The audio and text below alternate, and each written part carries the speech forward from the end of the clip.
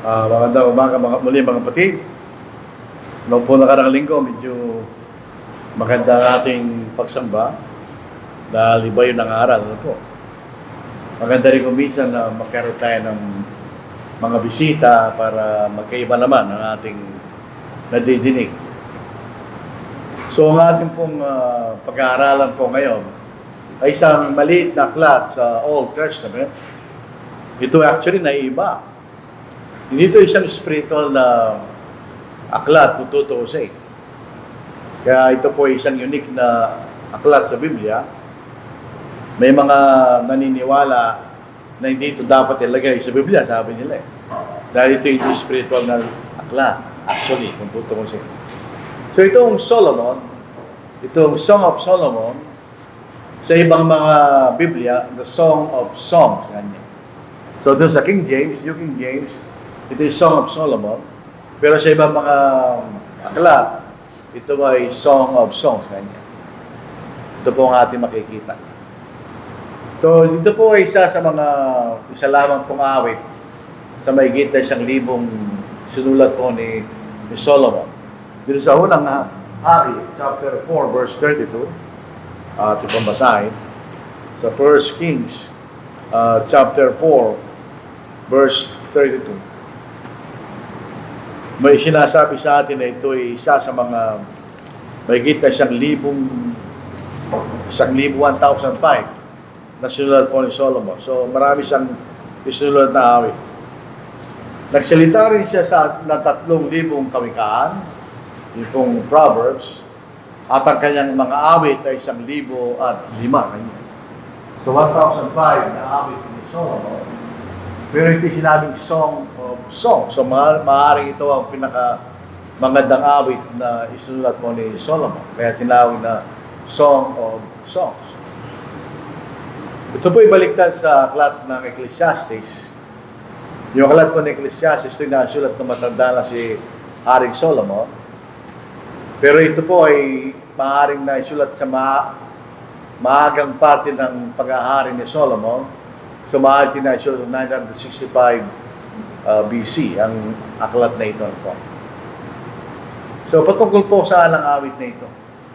So, hindi po ito awit na purely spiritual, nakikita natin. Ito po ay naiiba sa lahat ng aklat sa Biblia. So, ito po ay isang awit, isang poem na binibigyan ng kahalagaan ng pagmamahal sa pagitan ng asawang lalaki at kanyang asawang babae. Sinasabi sa atin dito ang pinakikita ang disenyo ng Diyos sa larangan po ng pag-aasawa. Ng lalaki at ang babae, sila po ay magsasama bilang mag-asawa sa konteksto po ng pag-aasawa na minamahal nilang isa't isa spiritually, emotionally, and physically. So pag sinabing ito po ay lyric poem, ito po ay isang poem na kung saan nagpapahayag ng personal na emosyon o kaisipan o kalagayan ng kaisipan. Ito ang sabihin ng lyric poem. Ito nagpapakita ng personal na emosyon ng gawa ng poem o kanyang personal na kaisipan o kalagayan ng kanyang kaisipan. So ito nga isulat ni Solomon, ito ang kanyang nagpapahayag siya ng emosyon actually at kaisipan at kalagayan ng kanyang kaisipan. May mga particular na paulit-ulit na talata sa aklat na ito. Yung una, yung chapter 2 verse 7, chapter 3 verse 5, chapter 8 verse 4. Pero sinasabi niya. Sabi, I charge you, daughters of Jerusalem, by the gazelles and by the does of the field, do not stir up nor awaken love until it pleases kanya. So, hindi sabihin, hindi maaaring persahan kanyang pagmamahal. Chapter 5 verse 1, the beloved, ganyan. Ito yung lalaki. I have come to my garden, my sister, my spouse. I have gathered my myrrh with my spice. I have eaten my honeycomb with my honey. I have drunk my wine with my milk. Hindi ito literal. Yung mga sinasabing lahat ito ni Solomon ay doon sa relasyon nila bilang mag-asawa. Hindi ito literal sa umiinom ng myrrh o kumakain ng honeycomb o iniinom niya ang kanyang alak na may kasamang gatas. Pero ito nagpapakilala ng isang pleasant na larawan, di ba? Sabi, masarap. Yung myrrh, mabango yun. Yung honeycomb, masarap kainin. Yung wine, grape juice na may kasamang milk, yun ay masarap inumin, di ba? At sinasabi niya sa kanyang mga kaibigan dahil siya masaya, na siya pumunta sa kanyang minamahal, kanya, eat, oh friends, drink, yes, drink deeply, oh beloved one. So, hindi kanyang mga kaibigan. Tapos, itong panghuli, makikita natin sa verses chapter 8, 6 to 7, sinasabi rito ang nature ng pagmamahal sa pagitan ng lalaki at ng babae. The Solomite, ito yung asawa babae. So, yung beloved, yun si Solomon. Yung Solomite, ito yung asawang babae. So, itong poem na ito yung dialogue. Nagsasalita si Solomon, sinasagot siya ng Sulamite, yung kanyang asawa. Hindi natin alam kung sino yung asawang yon dahil ang record pa ni Solomon, siya mayroong 700 asawa, 700 princesses, ganyan, at 300 na concubines. So, 1,000 ang naging asawa ni Solomon. Noong panahon na yun, ay pinapayagan ng Diyos. Pero ito isang particular na asawa niya. Maaaring ito yung una niyang asawa. Set me as a seal upon your heart. As a seal upon your arm. For love is as strong as death. Jealousy as cruel as the grave. Its flames are flames of fire. A most vehement flame. So ito'y larawan ng kabagsikan. Di ba? Yung flame. Many waters cannot quench love. Hindi mo pwedeng adlangan ng pagmamahal. Marami na tayo nakita pelikula, love story, na nakikita natin yun. Sila'y pinipigilan, pero hindi mo sila mapipigilan. Nor can the flood drown it. Kahit ang baha kayo, hindi mo ito mailulubog. If a man would give for love all the wealth of his house, it will be utterly despised. So kahit ang isang lalaki na minamahal niya isang babae, hindi siya minamahal, kahit ibigay mo lahat ng iyong kayamanan kanya, hindi ka magtatagumpay. So ito yung tatlong key verses sa aklat na ito, mga kapatid. So, yung sinasabi doon sa talata binanggit natin, may binabanggit na seal, di ba? Yung unang panahon, ng seal ay isang personal signature. Pagka isang hari, mayroon isang seal. Nung panahon na yon sa clay, it showed ownership and value. The bride wants this exclusive claim on her husband and vice versa. So itong sinasabing, balikan po natin, yung sinasabi dito kanya, as a seal, set me as a seal upon your heart, as a seal upon your arm, for love is as strong as death. Jealousy is cruel as the grave. Its flames are flames of fire. A most vehement flame. Ibig sabihin, pwede kang patayin niya, di ba? Many waters cannot quench love, nor can the floods drown it. If a man would give for love all the wealth of his house, it will be utterly despised. So yung sinasabi ng sin, it shows exclusive claim. It shows ownership. Tandaan natin yun. So pag tayo, yung asawang babae, sabi niya rito, set me a seal on your heart, ganyan. So siya mayroong exclusive na pag-aari sa puso at sa kanyang asawa, kanya.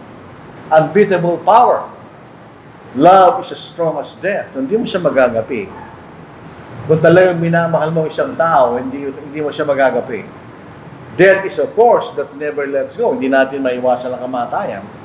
Love is also compared to a blazing fire and a mighty flood. No trouble can wash it away. So in other words, sabihin yan, it's permanent. The permanence ng tunay na pagmamahal. A priceless value. Hindi mo siya may bibili. Ganyan. True love cannot be sold or cannot be bought. If a man tries to buy love with all his wealth, he will be laughed at. Hindi tatanggapin. So, ang tunay na pagmamahal, ito'y libre. It's really given. Hindi mo ito binibili. Hindi ka nagparabagang namamali mo. So, hindi pwede yan. Yan ang sinasabi ni Solomon. So, summary po lang maikling aklat na ito. 3. Yung una, ito po yung dialogue sa pagitan ng mag-asawa, yung hari, Solomon, at ang asawa niya yung the Solomite. 3 bahagi po yan. Number 1, yung courtship. chapter 1 verse 1 hanggang chapter 3 verse 5, yung mismong kasalan, chapter 3 verse 6 hanggang chapter 5 verse 1, at saka yung kailang mismong pag-aasawa, yung relasyon nila, chapter 5 verse 2 hanggang chapter 8 verse 14. So, kung babasahin mo yan, nagsasalita yung beloved, nagsasalita yung soulmate. Sila nagsasagutan sa isa't isa. So, una po natin makita. Yung awit na ito nagsisimula bago po yung kasal. So, yung bride-to-be, siyempre, siya po ay hinahanap niya ang kanyang magiging asawa. So, yung sa Old Testament, pag salitang betrothed, yun ay legally asawa mo na siya. Pero merong pagitan na pwede kanya magsama na bilang mag-asawa doon sa mismo wedding day. May gap yun. No, 1 year, tapos nag-iiba yun. Pero merong betrothal, you are considered husband and wife, pwede magsama. Pagkatapos ng wedding day, ito pa lang kayo pwede magsama kayo. Inahanap niya ang kanyang intimate caresses, romance ng kanyang asawa. Pero sabi niya, hindi mo dapat persahin kanya ang pagmamahal. It will go in its own time. So, kahit na siya'y namimiss niya maging asawa niya, hindi dapat pipilitin yun. Sabi niya, kayo maghihintay kanya. So, dito makikita natin yung dialogue sa pagitan ng hari. Pinupuri niya ang kagandahan ng kanyang magiging asawa. Yung babae, meron siyang feelings of insecurity tungkol sa kanyang appearance. Basahin po natin. Dito po punta tayo sa Aries Song of Solomon. Ito po ay isang magandang awit actually. Dapat nating basahin dahil ito'y nagtuturo sa atin.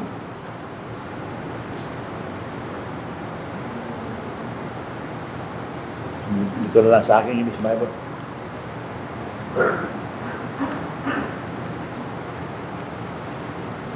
So ito pong dialogue na ito, makikita natin sa pagitan ng babae at ng kanyang magiging asawa. So yung babae, meron siyang insecurity sa kanyang itsura na karaniwan sa mga babae yun. Pero si Solomon, na maging asawa kanya, pinupuri niya kagandahan ng kanyang asawa niya. So in other words, pinalalakas niya ang kalooban ng kanyang magiging asawa. Hanap ko lang pong ito na. So, dito po sa chapter 1, 5 to 6, basahin po natin. Basahin din ninyo sa inyong mga Biblia. Ang sabi ng babae, I am dark. So, hindi siya maputi, but lovely. O daughters of Jerusalem, like the tents of Kedar, like the courts of Solomon, do not look upon me because I am dark. Because the sun has stunned me, my mother's sons were angry with me. They may be the keeper of the vineyards, but my own vineyard I have not kept. So siya po ay naging tagapag-alaga ng umasa, kaya sa kanya umitim, sabi niya. Pero ito yung sagot ni Solomon, the beloved, if you do not know, O fairest among women, following the footsteps of the flock, and feed your little goats beside the shepherd tents, I have compared you, my love, to my filly among Pharaoh's chariots. Your cheeks are lovely with ornaments, your neck with chains of gold. So yung babae, meron siyang insecurity sa kanyang anyo, pero sabi ng lalaki, hindi, kayo maganda kanya. Ikahigit sa lahat ng mga babae. Tapos, sabi ng babae, behold, you are handsome, my beloved. Yes, pleasant. And also our bed is green. The beams of our houses are cedar, and our raptors of fear. Right? So, sabi ng lalaki, siya ay maganda niya. Sabi ng babae, siya ay magandang lalaki. So, ito yung mutual na makikita natin kailan namin ay mutual sa isa't isa. Pagkatapos, nagkaroon po ng panaginip yung babae. Dito po sa chapter 3, 4 to 5. Scarcely had I passed by them when I found dito po sa chapter 1, actually chapter 1. By night in my bed, I sought the one I love. I sought him, but I did not find him. I will rise now, I said, and go about the city, in the streets and in the squares. I will seek the one I love. I sought him, but I did not find him. The watchman who go about the city found me. I said, have you seen the one I love? Scarcely as I passed by them when I found the one I love. I held him and would not let him go until I had brought him to the house of my mother, and the chamber was conceived me. Actually, ito ay panaginip. Yun na naginip yung babae, hinahanap niya ang kanyang asawa at inuulit niya yung kanyang sinasabi na hintayin mo kanyang pagmamahal. Nagmamadali siya, di ba? Namimiss niya yung kanyang magiging asawa, pero sabi niya, hindi natin dapat madaliin. On the wedding day, on the wedding night, the husband again praises the beauty of his wife. And in a highly symbolic language, the wife invites her spouse to partake of all she has to offer. Alam niyo, ito isang bagay na natural sa mga tao. So hindi po ito mahalay, ito'y galing sa Diyos. Yung pananalita ng Song of Solomon, ito'y naiiba. In a figurative way, sinasabi niya yung sexual relationship na mag-asawa. Basahin natin sa chapter 8, verses 1 to 4. So walang masama dyan, mga kapatid. Kung sinasabi natin yun ay masama, para natin sinabi, ang Diyos ay masama. Siyang gumawa niyan sa konteksto ng pag-aasawa. Sabi dito, and that you were like my brother who nursed at my mother's breast. Ito isang sexual act, di ba? If I should find you outside, I will kiss you. I would not be despised. I would lead you and bring you to the house of my mother, who used to instruct me, and I would cause you to drink of spiced wine, of the juice of my pomegranate. Hindi literal yun. Ito yung naglalarawan ng sexual act. His left hand is under my head, and his right hand embraces me. I charge you, O daughters of Jerusalem, do not stir up love nor awaken love until it pleases. Inuulit-ulit yun ng babae. In other words, ang tunay na pagmamahal, ito hinihintay, hindi mo mapupwer sa kanya. 6-7. Set me a seal upon your heart and a seal upon your arm, for love is as strong as death. Jealousy as cruel as the grave. Its flames are the flames of fire, a most vehement flame. Ito sinasabi ni Solomon, jealousy as cruel as the grave. Yun yung natural sa ganitong relasyon. Dahil meron siyang ownership at exclusivity. Sa pagkain yun na nasisira, may magagalit dyan, di ba? Kaya sabi nito, jealousy as cruel as the grave. Kaya nga meron tinatawag na crimes of passion dahil nga po ito ang nature ng pagmamahal. Very serious, makikita natin. So ito yung kauling bahagi kanya. So sila yung mag-asawa na. As the marriage matures, the husband and the wife go through a difficult time. So walang pag-aasawa na walang problema. Kahit sa kasaysayan na ito, merong naging problema. Sa isang panaginip, basahin po natin sa chapter 5, to 9. Dito po ay actually nakakatabang basahin. Pag babasahin mo. Pumapasok yung lalaki. Hinahanap niya yung kanyang asawa. Sabi rito, I sleep, but my heart is awake. It is the voice of my beloved, in knock saying, open for me.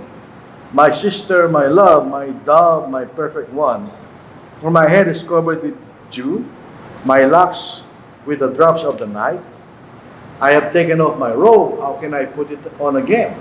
I have washed my feet, how can I defile them? So, papasok siya. My beloved put his hand by the latch of the door, and my heart yearned for him. I arose to open for my beloved, and my hands dripped with myrrh, my fingers with liquid myrrh on the handles of the lock. I opened for my beloved, but my beloved was turned away and was gone. So in other words, matagal na naghihintay yung lalaki sa labas. So finally, nabushit siya sa umalis. Yan makikita natin. My heart leaped up with despair. I sought him, but I could not find him. I called him, but he gave me no answer. The watchmen who went about the city found me. They struck me, they wounded me. The keepers of the walls took my veil away from me. I charge you, daughters of Jerusalem, if you find my beloved, that you tell him that I am love sick. So ito isang problema ng nila. Gusto lang lalaki, matagal masyadong babae, nagpapakipo, tumalis siya lalaki. At hinahanap siya ng kanyang asawa. Yung binugbog siya, hindi naman literal yan. Ibig sabihin, yun yung konsensya niya. Bakit kasi nagtagal ka ako sa siya yung malis niya? So hinahanap niya until they were reconciled. So in other words, kahit anong problema yan, kung talaga mayroong tunay na pagmamahal, they'll be reconciled. Sa pagtatapos mo ng awit, yung asawa, babae, isang lalaki are confident at secure sa kailang pagmamahal kanya.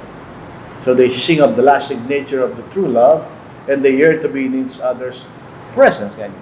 So ito po isang magandang awit ng nature ng pagmamahal sa pagitan ng mag-asawa. Ang tunay na pagmamahal, makikita mo lang yan sa konteksto ng pag-aasawa. Outside of that, hindi pagmamahal yan. Pero yung pagmamahal lamang ay sa loob ng pag-aasawa. Yan ang pagmamahal na nilagay ng Diyos sa atin. Outside of marriage, hindi yan pagmamahal. Makikita natin. Hindi yan pagmamahal sa harapan ng Diyos. So, yung practical application ng awit na ito. Ang ating sanglibutan ay hindi na nila alam ang tunay na pag-aasawa. Yung mga nag-aasawa, they married not to last.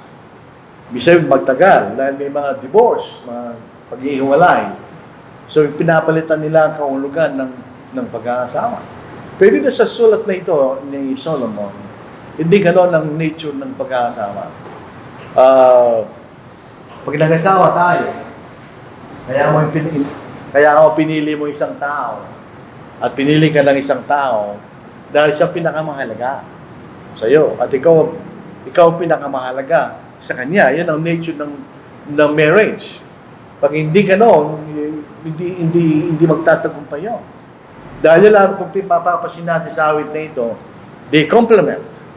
Nasabi ng babae, hindi ako maganda, kanya ako'y maitim. Nasabi ng lalaki, maganda kanya, ikaw pinakamaganda sa lahat. They yearn for one another, nahanap nila ang isa't isa. So ito yung nature na sinasabi sa atin ng pag-aasawa. It should be celebrated, enjoyed, and revered. Respected, ang ibig sabihin. It should be respected, ganyan. Dito sa Hebrews chapter 13.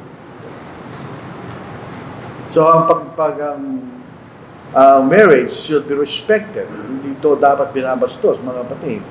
Dahil ahatol lang tayo ng Diyos. Sa Hebrews chapter 13, dito po sa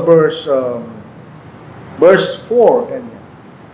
Marriage is honorable among all, and the bed undefiled. But fornicators and adulterers, God will judge. So ito yung sinasabi ni Solomon. Marriage should be celebrated, enjoyed, and revered. So sinasabi sa atin, ito yung practical na gagawin natin para mapatibay natin ang ating relasyon bilang mag-asawa. Noon, lumabas. Bigyan natin ng atensyon ng isa't isa. Huwag natin baliwalain kasi asawa mo yan eh. Kailangan kilalanin natin ang ating mga asawa. Anong gusto nila, ayaw nila, etc. Tapos it should be encouragement and praise. Pray mo siya to encourage him or her. Dahil pag mayroon na bigo sa isa sa inyo, pareho kayo maapektuhan, di ba? We do not always criticize. Ito ang poison plug ng pag-aasawa. Pag palagi tayong very critical sa ating asawa. Ito yung vital sa isang matagumpay na relationship. When we encourage and praise one another, enjoy each other. Kung hindi nyo kaya mag-enjoy sa isa't isa, ba't pa kayo nag-asawa? Kaya lang pinili mo yung tao yan because you want to enjoy with her or with him. Ganyan. Hindi na makikita natin. Pang-apat, kailangan natin ipakita ang ating commitment sa ating asawa. Kailangan natin ipakita na we are committed sa relasyon ng pag-aasawa. We have to renew our vows from time to time. Ayusin natin lang mga suliranin at do not consider divorce as a solution. Ang Diyos binigay ang privilege ng pag-aasawa. It's either na ito ang pinakamagandang relasyon if you work together o ito ang pinakamasamang relasyon if you do not work together. Ang gusto ng Diyos tayo mabuhay sa isang malalim na kapayapaan at secure na pagmamahal. So, ang nature ng marriage is peace, not confusion. Clarity, not doubt. Makita natin yun. At reciprocal sa isa't isa. You complement one another. Yun ang sinasabi ng Diyos tungkol sa pag-aasawa. Nung mula kong binasa ito, lahat na ito, hindi ko maintindihan yung awit na ito. Pero pag pinag-ulit-ulit mong basahin, pag-aralan, makikita mo ito tungkol sa relasyon ng pag-aasawa. Meron binanggit po rito na Rose of Sharon. Inaawit natin yan sa ating aklat. May mga naniniwala na yung Song of Solomon, ito yung pagmamahal ng ating Panginoon sa kanyang iglesia. Hindi totoo yun. Wala iglesia mababasa dyan.